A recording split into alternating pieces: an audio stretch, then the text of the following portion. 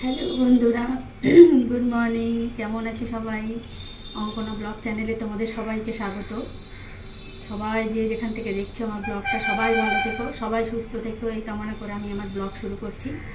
আজকের ব্লগে আমি কী নিয়ে এসেছি বলো তো? কিচেনে তোমাদেরকে সবাইকে কিচেনে নিয়ে চলে এসেছি। দেখো, আজ একটু টিফিন বানাচ্ছি।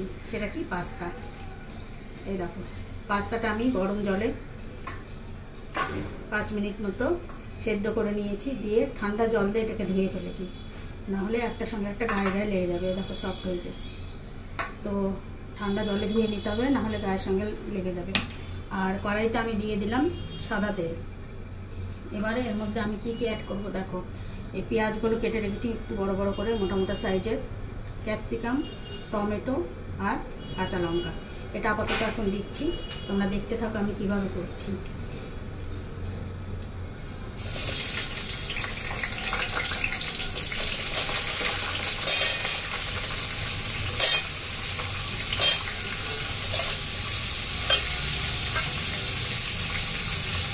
আর দিচ্ছি কিছুটা গাজর।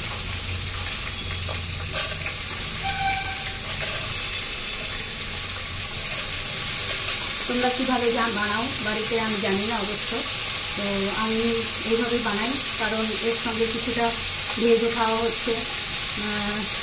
মানে ছেলে তো খেতে চায় না অত ভেজে, তো সেই কারণে পাস্তার মধ্যে যদি বা চাউমিনের মধ্যে একটু বেশি করে ভেজ দিয়ে দিই, কোনো সবজি টবজি দিয়ে দিই, তাহলে সেটা খেয়ে নেয়। তো সেই কারণে আমি গাজরটা যে যা ছিল সবগুলো বানাচ্ছি। তোমরা দেখতে থাকো এটা কীভাবে আমি রেসিপিটা তৈরি করছি। আর আমি দেখো কিছুটা ডিমের ঝুড়ি ভাজা, মানে ঝুড়িয়া করে নিয়েছি। এটা হয়ে গেলে তারপরে আমি এটা পরে অ্যাড করবো। এই সাথে তোমরা আমাকে বলো একটু, তোমরা কে কোথা থেকে দেখছো আমার ভিডিওটা, আর আমার ভিডিও করে কেমন লাগে তোমরা প্লিজ একটু কমেন্ট করে বলবে।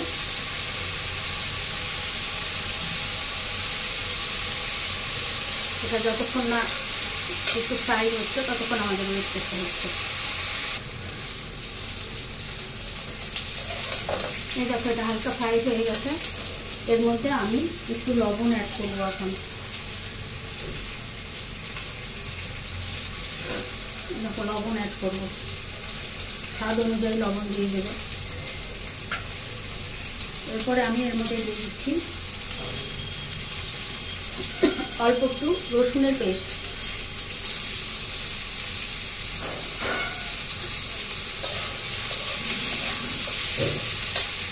এরপরে আমি দিব এর মধ্যে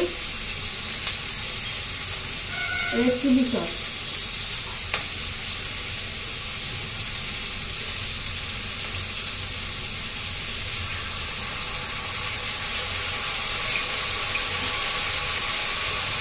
আর দিচ্ছি একটুখানি সয়া সস, অল্প সামান্য।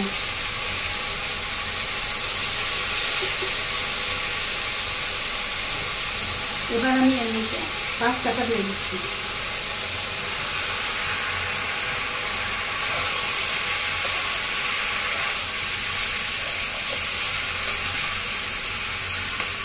এবার আমি যে ডিমটা ভেজে রেখেছিলাম সেই ডিমটাও দিয়ে দেবো।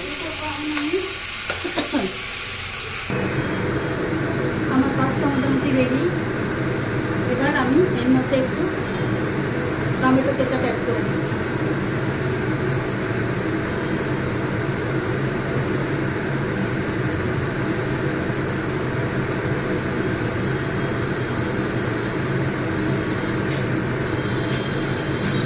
এই 2-3 চামচের মতো করলাম। একটু শব্দ শোনা যাচ্ছে না।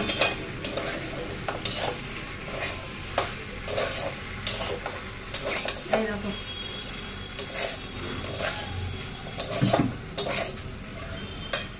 মোটামুটি রেডি আমার পাস্তা। এখন খালি খাওয়ার পালা, সার্ভ করবার পালা। তো বন্ধুরা সবাই এইভাবে বানিয়ে বাচ্চাদের খাওয়াতে পারো, বাড়িতে নিজেরাও খেতে পারো, বড়রাও ট্রাই করতে পারো। তো তোমরা আমাকে প্লিজ কমেন্ট করে জানিও রেসিপিটা কেমন ছিল, আর বানিয়ে বাড়িতে খেয়েও তোমরা কেমন হলো সেটা আমাকে জানাবে প্লিজ। চলো সবাই ভালো থেকো, সবার শুভকামনা করে আমি আমার ব্লগ এখানেই শেষ করছি। টাটা।